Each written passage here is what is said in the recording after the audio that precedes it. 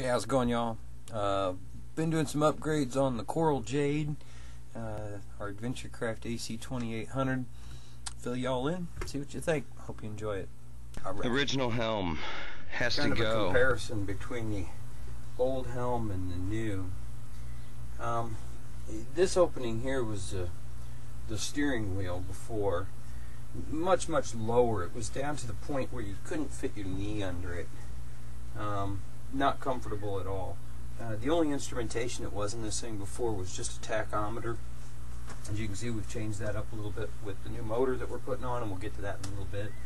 But we now have tach, speedometer, and we've got a multifunction unit that comes with the motor itself that does oil pressure, flow, rev limiting, water temperature. It's basically 5 different readouts for multiple sending units. Anyway, made the helm a little taller. Reason being, number one, instrumentation, but number two, you can stand up and drive comfortably now. You don't have to be hunched over to reach the wheel while standing. So that's nice. New throttle assembly and all that stuff's in as well. I do still plan on putting in a shelf toward the bottom of the helm as well, just above where your feet go. Place to put binoculars, that kind of stuff that gets used regularly. Anyway, on the port side of the ship, there used to be a piece that was the exact mirror image of the helm. To give you an idea how narrow this is from front to back, this spot here on the port side is where the stereo used to be mounted vertically.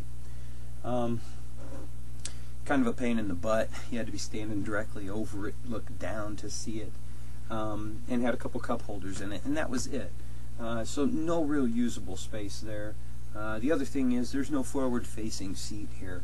The floor raises up, so in order to face forward, your knees are in your chest. It's not a comfortable place to be. So we've eliminated that as well and built this cabinet.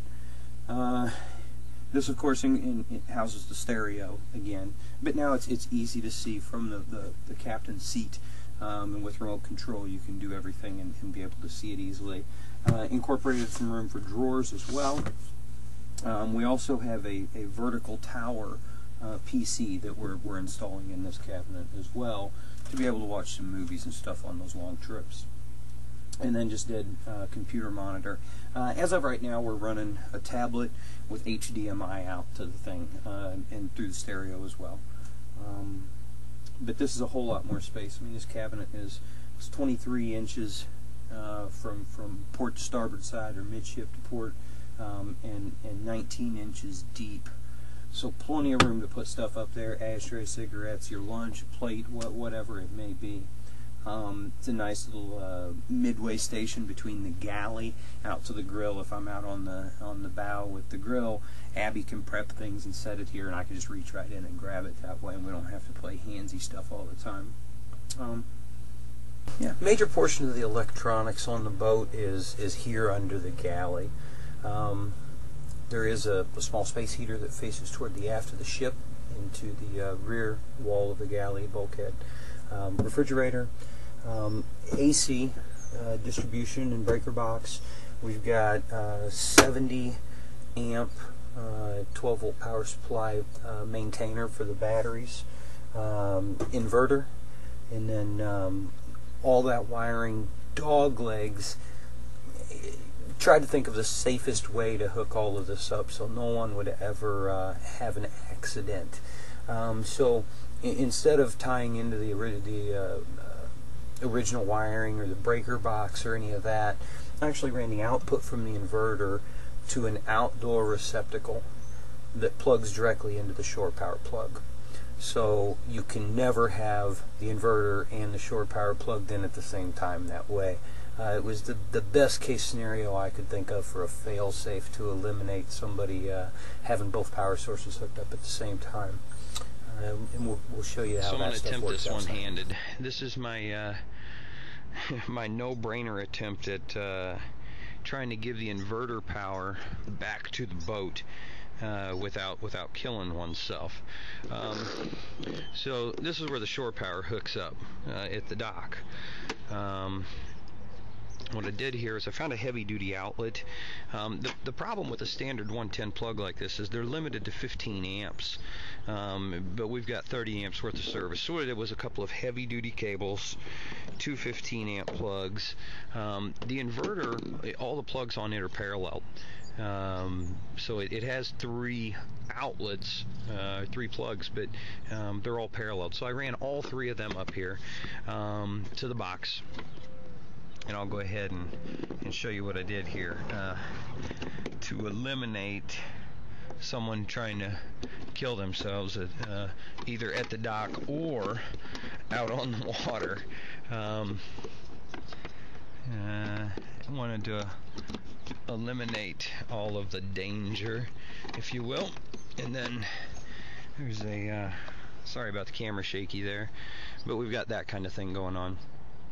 The water line on the boat, as you can see, is way down here, right where the anti-foul starts. So there is no possible way that either end of this cable could come unplugged and end up in the drink. And this is the heart and soul of our electrical power plant. It's a total of 6 interstate group 31s. It's a 31 MHD. These are 113 or 117. We'll call it 115 amp hour. It's 113 or 117. At 6 of those, it gives us about 700 amp hours. Prior to the 12 galley volts. rebuild, the only stowage that we had here was this small little box like this, and it went straight up to the ceiling just above the galley here. Wasn't even room for the microwave in this thing. We've gained a lot more space, and I took some footage of that build. Go ahead and have a look at that. Enjoy. We'll be back in a few minutes.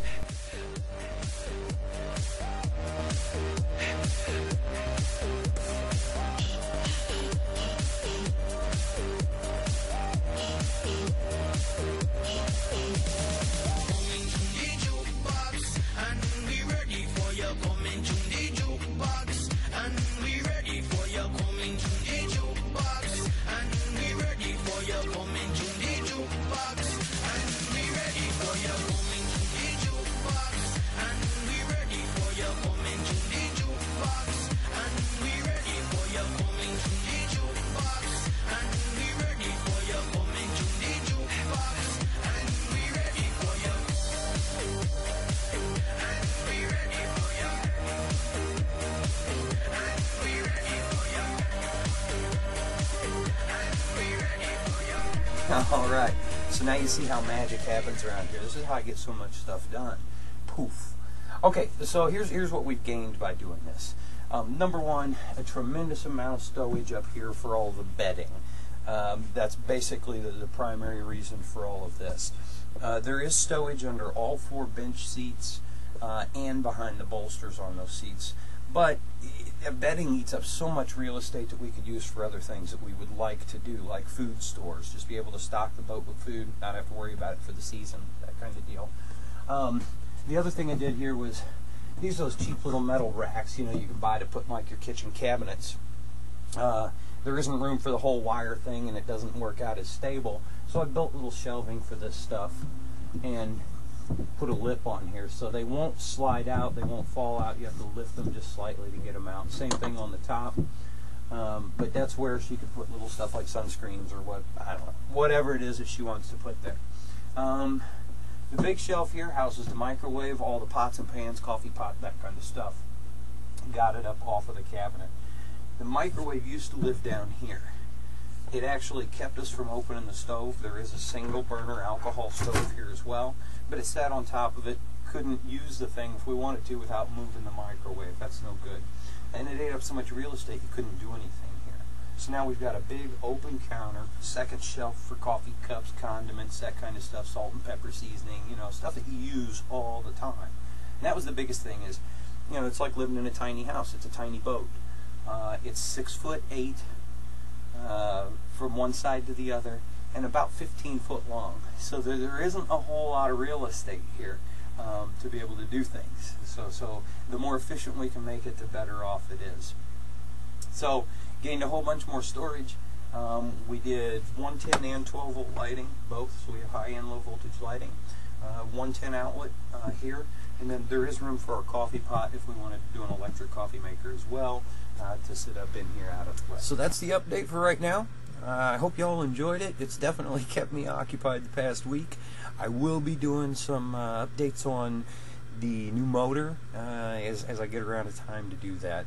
This is a consuming thing for sure. All right, y'all. You know the routine. Peace. One love.